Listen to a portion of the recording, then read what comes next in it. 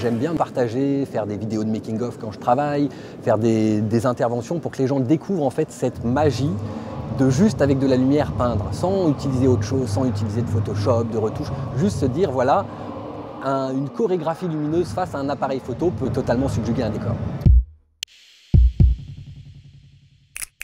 C'est vraiment une pratique photographique, on appelle ça light painting, mais c'est de la photographie en pose longue avec des lumières en mouvement. Mais du coup, ça demande de maîtriser la photographie et beaucoup d'autres choses. Il y a beaucoup de techniques derrière. Après, ce qui en sort, c'est plutôt magique, ça peut être cinématographique, ça peut être onirique. Et c'est vrai que quand les gens regardent ce genre d'image, ils ne savent pas forcément comment ça a été fait. Ils n'ont pas le processus, ils voient une image comme on en voit beaucoup aujourd'hui.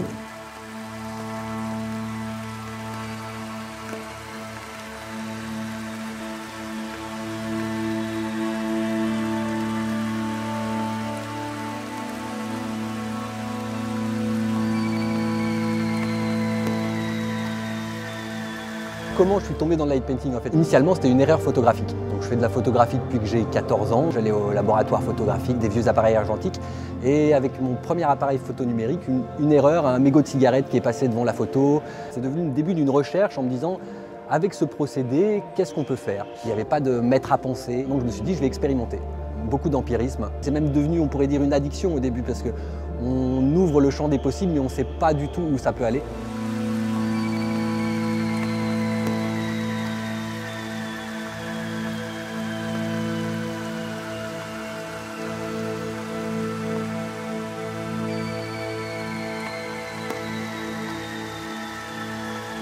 Il y a eu quand même aussi un rapport au street art, à l'intervention dans la rue, le côté in situ, de faire une œuvre à un endroit où le lieu est aussi important que l'œuvre en elle-même. Pour moi, ce côté in situ se rapproche du land art, c'est-à-dire qu'on va jouer avec les éléments qu'on trouve sur place, les réflexions, les décors, pour pouvoir arriver à mettre de la texture dans l'image, arriver à jouer avec ce décor.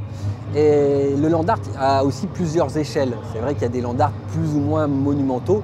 Et l'arrivée des drones accessibles au grand public m'a donné l'idée et surtout donné l'envie d'aller chercher des espaces plus grands.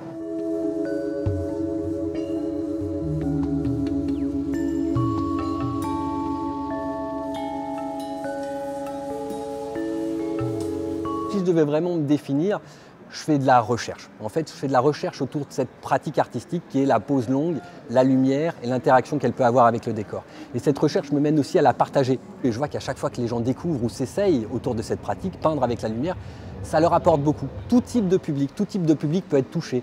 Déjà, il y a le côté nocturne, on est dans le noir, donc on n'est pas face à des regards. Et il y a ce côté liberté de mouvement. Tu vas pouvoir te mouvoir, tu vas pouvoir danser, tu vas pouvoir écrire, tu vas pouvoir graffer. Tu vas pouvoir faire beaucoup de choses qui seront ta propre manière de t'approprier cette pratique. C'est de la capture photographique. Ce n'est pas un photomontage, c'est une chorégraphie, c'est une bulle de temps qui a été capturée sur un capteur ou sur une pellicule. C'est vraiment quelque chose qui n'a même pas existé en soi, mais que la photographie a permis de voir. En light painting, on peut dire qu'il y a deux parties d'éclairage. Ce qu'a appelé Man Ray le space writing, c'est-à-dire qu'il avait sa lumière face à l'appareil photo et il écrivait dans l'espace. Et il y a ce qu'on appelle aussi le light painting ou la peinture à la lumière, où là on va du coup éclairer le décor de manière indirecte. L'appareil photo ne va pas voir la source lumineuse. C'est-à-dire qu'avec justement ces lumières en mouvement pour éclairer le décor, on peut l'éclairer de manière à ce que la lumière soit dans le champ sans qu'on voit la lumière.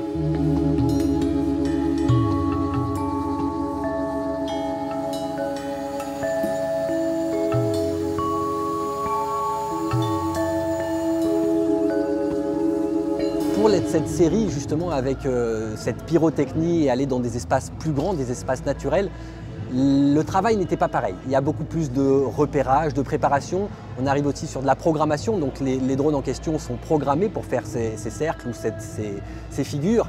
Je suis sur place et j'observe cet artifice qui coule dans le ciel, c'est quelque chose d'assez magique. Et j'ai appelé ça phénomène parce que pour moi aussi, en fait, ce que je vois, c'est des phénomènes. Je cherche ces moments, ces étincelles qui coulent du ciel. Et l'idée, c'est de les recréer pour pouvoir les trouver.